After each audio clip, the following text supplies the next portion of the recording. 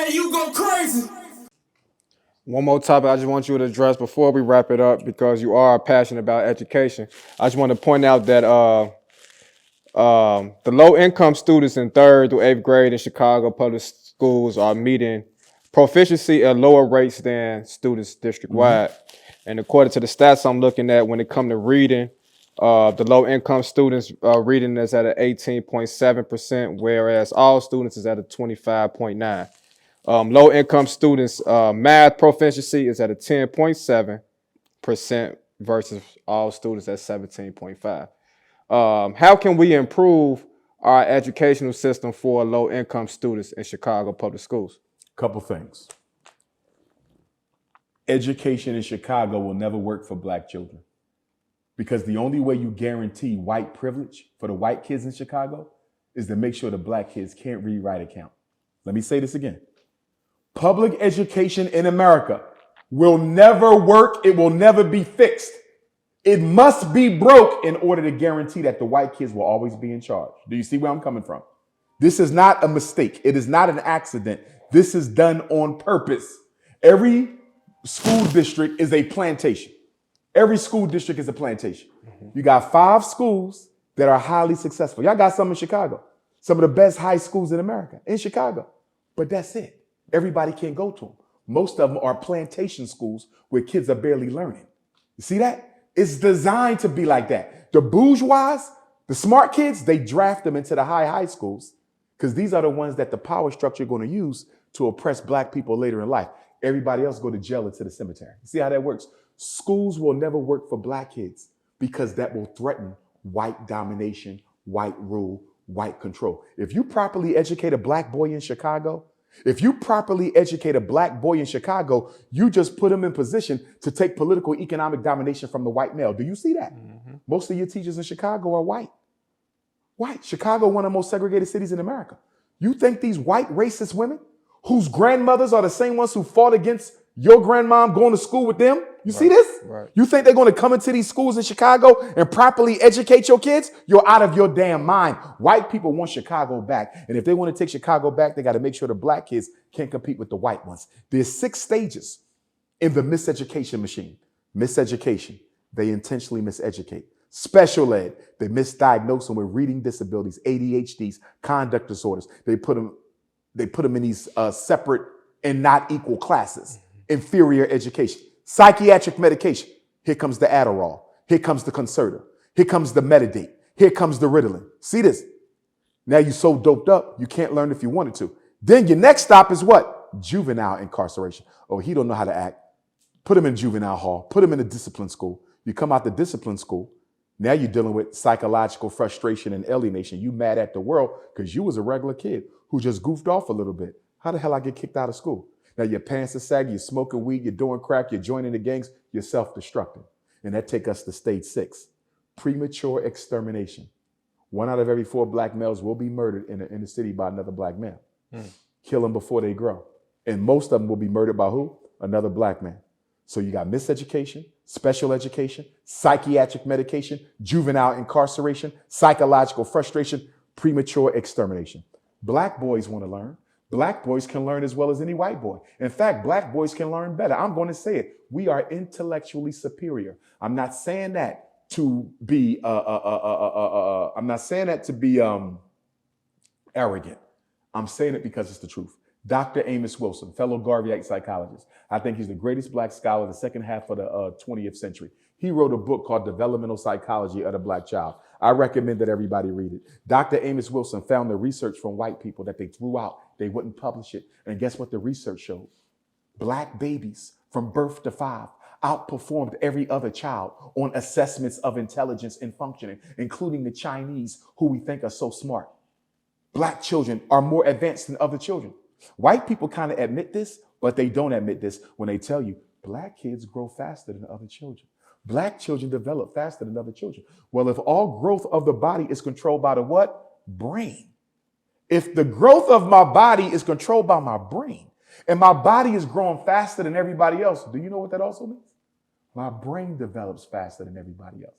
Black children are superior to everyone else. But check this out. Once we get into school, once you start kindergarten, your IQ score will go down every year you go up in grade. I'm going to repeat this because I need you to hear what I said. Once you start kindergarten, your average IQ score for a black child will go down every year you go up. Do you know what that means? The longer we in public school, the dumber we become.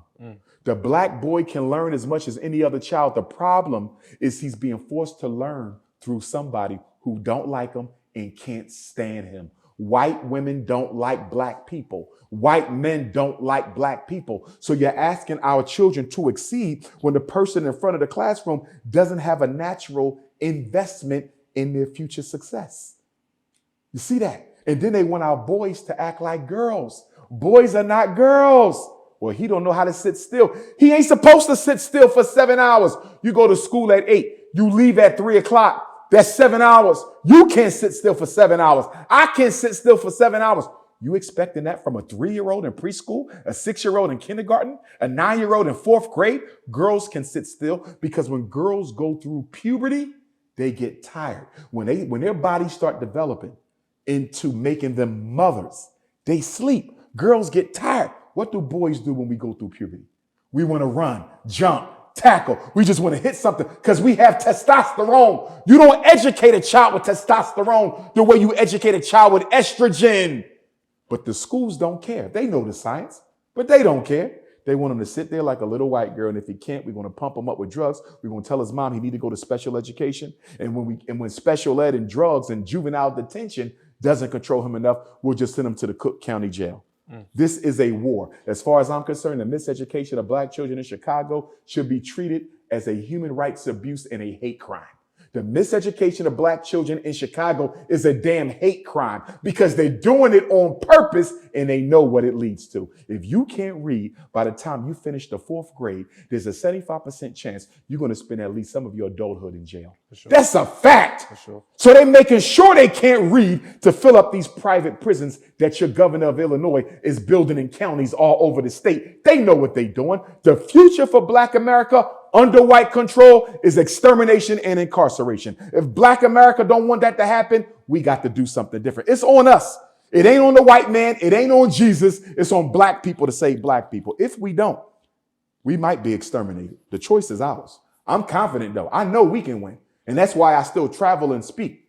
Because people say, you travel all the time. Every time I look, you travel. Listen, I breathe hope into people.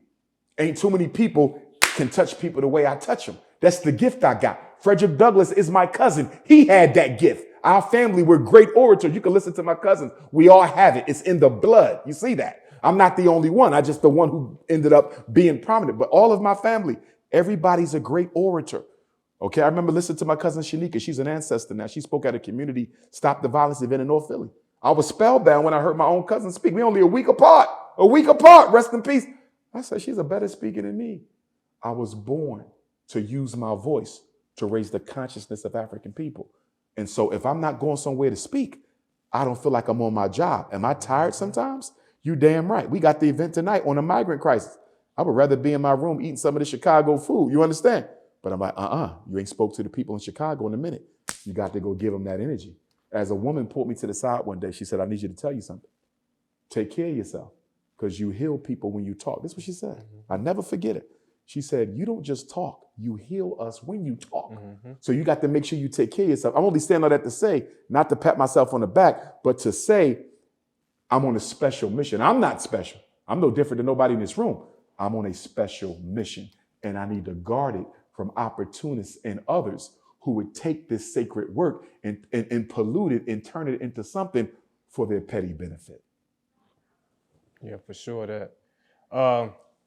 It's been a blessing talking to you this afternoon. We had been in communication for several months. I was really trying to get you here, so I'm happy we were able to make it happen. Like I stated in the beginning of our interview, we do a lot of interviews like drill related. We talk to a lot of, guys from Chicago. So this type of conversation is something that we rarely get to have. So we're all grateful. I got to thank my Chicago family for riding with me for 13 years. Every September 18th, I celebrated. That was the day I came here and did that interview with Brother Dawa, Public Access TV. It changed my whole life. It all started here. Of course, I got to give my shout out to New York because 6 weeks later, They were the ones who took that Chicago interview and circulated around the world and brought me to where I am. So I'm going to say thank you to all my day ones from Chicago who've been with me since 2010. I'm going to see everybody, tonight. They're not going to see that part probably. But nonetheless, continue to support the Frederick Douglass Marcus Garvey Academy. Thank you for all the donations I've gotten from Chicago over the past 9 years that we've been doing this. Continue to send your donations. Hit your Cash App, $FDMG School. Beware of the fake links. Make sure you get the right link, or your PayPal, which is paypal.me/FDMG Academy. Or you could go to drumarjohnson.com to make sure you're hitting the right link. School is almost done. We got 2 more inspections: fire department inspection, L&I building inspection, and then we're going to have our community grand opening.